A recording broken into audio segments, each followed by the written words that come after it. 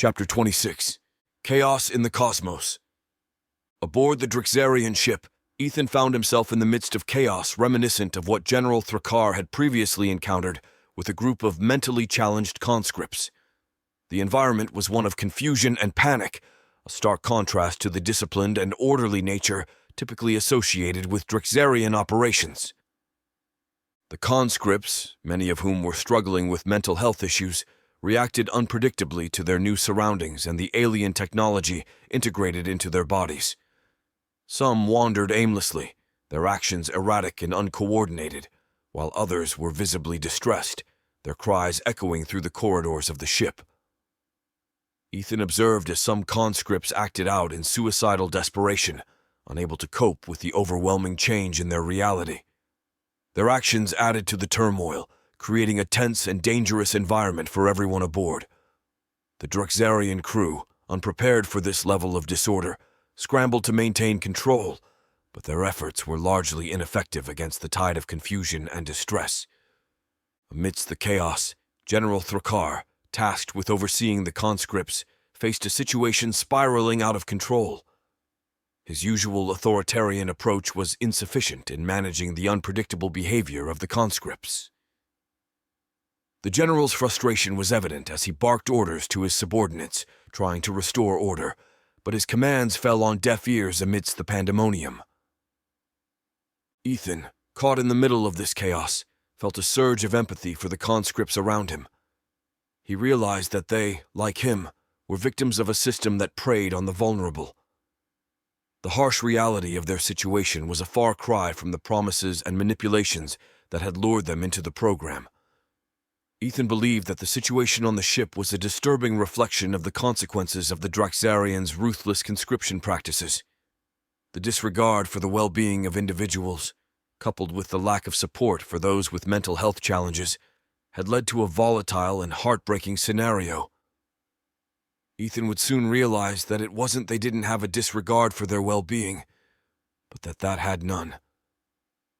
As Ethan navigated through the ship, trying to find some semblance of stability, he witnessed acts of kindness among the conscripts. Despite their own struggles, many tried to help each other, offering support and comfort in a place where none was provided. This camaraderie amidst adversity was a small beacon of hope in the darkness that had engulfed their lives. As Ethan explored his new surroundings filled with the chaos aboard the Drixarian ship, he believed it to be a testament to the need for compassion and understanding in dealing with mental health issues. That it highlighted the importance of treating individuals with dignity and respect, regardless of their circumstances. Ethan, amidst the chaos and confusion aboard the Drixarian ship, witnessed General Thrakar issue a sudden and ominous order. All personnel and conscripts were commanded to move to the left side of the room. With a sense of urgency, 3/4 of the group quickly complied, shifting uneasily as they grouped together. Ethan, following the movement, found himself among this group, his mind racing to understand the purpose behind this sudden segregation. As the last of them moved, a force field wall shimmered into existence, dividing the room in two. On the other side of the barrier remained many of the conscripts who were exhibiting severe mental health issues. The reactions varied wildly. Some screamed and ran in circles, visibly in distress, while others stood silently, swaying in place, lost in their own worlds. For a brief moment, Ethan hoped that this division was a step towards providing the necessary help for those who needed it most. Perhaps the Drixarians had recognized the dire situation and were taking measures to offer assistance or treatment. However, this flicker of hope was brutally extinguished in the next instant. Without warning, the wall at the far end of the room where the separated group stood suddenly vanished, revealing the vast, unforgiving expanse of space beyond. The sudden decompression was catastrophic. Tens of thousands of conscripts were violently sucked out into the black void, their screams and cries abruptly silenced as they were expelled into the cold vacuum of space. Ethan, horrified, watched the nightmarish scene unfold before him. The force field that divided them flickered with the energy of the decompression, but held strong, saving those on his side from the same fate. The realization of what had just occurred hit him like a physical blow. This was not an act of mercy or segregation for help, It was a mass execution, a cold and calculated decision to dispose of those deemed too unstable or problematic. The stark brutality of General Thrakar's action left Ethan and the others in stunned silence. The Drixarians had shown a level of ruthlessness that defied comprehension, treating lives as disposable in the face of inconvenience. Ethan, still reeling from the shock, felt a deep sense of grief and anger. The loss of life, so sudden and merciless, was a grim reminder of the cruel reality of their situation. The conscripts, once hopeful for escape or help, were now victims of a merciless regime that saw them as nothing more than expendable assets.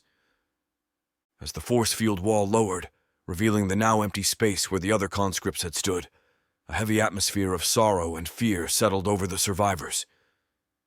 They had been spared, but at a terrible cost. The event would forever be etched in their memories, a haunting reminder of their vulnerability in the face of the Drixarians' merciless rule. For Ethan, the experience was a turning point. The loss and horror he witnessed solidified his resolve to resist and survive, to somehow find a way to fight against the oppression that had brought them all to this dark moment in the depths of space, which was a far cry from the state of mind he had previously possessed. Still reeling from the horrific event Ethan had just witnessed, he watched as General Thrakar, with a chilling calmness, commanded the remaining conscripts to form up. We moved robotically, still in shock from the loss of so many lives in such a brutal manner.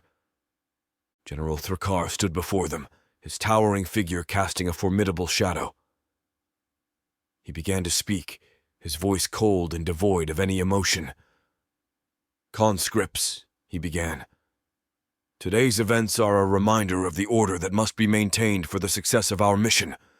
Your compliance is not optional. It is mandatory for the greater good."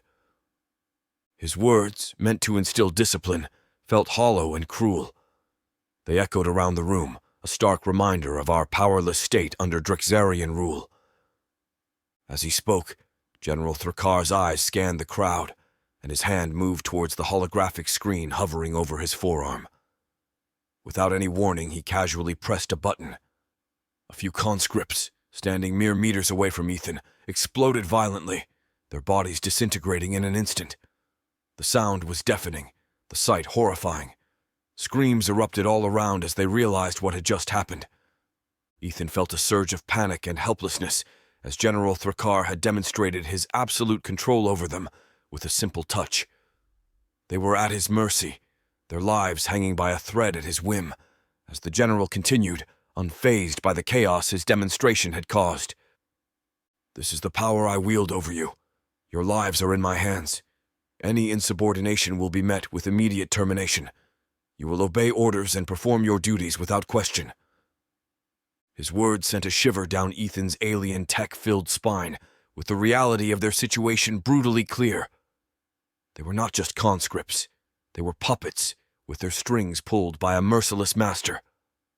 The formation around him was filled with fear-stricken faces and downcast eyes. They had all witnessed what defiance led to. The threat of sudden death loomed over each like a dark cloud of fear and submission. As General Thrakar concluded his speech and dismissed the formation, a heavy silence settled over the group. They dispersed slowly, each lost in their own thoughts, the echoes of those ripped apart still flashing in their thoughts. Ethan moved away, his mind racing with the grim reality of his existence on this ship. The possibility of rebellion, of defiance, seemed like a distant dream in the face of such overwhelming power. Yet, deep within, a small flame of resistance flickered. The horror of what they had witnessed, the loss of so many lives, ignited a desire to find a way out, to resist in whatever way he could. Ethan now chose to find a path ahead, even though it would be fraught with danger. But surrendering to despair was not an option. He had to survive, to find a way to fight back against the tyranny of the Drixarians, against the oppressive rule of General Thrakar.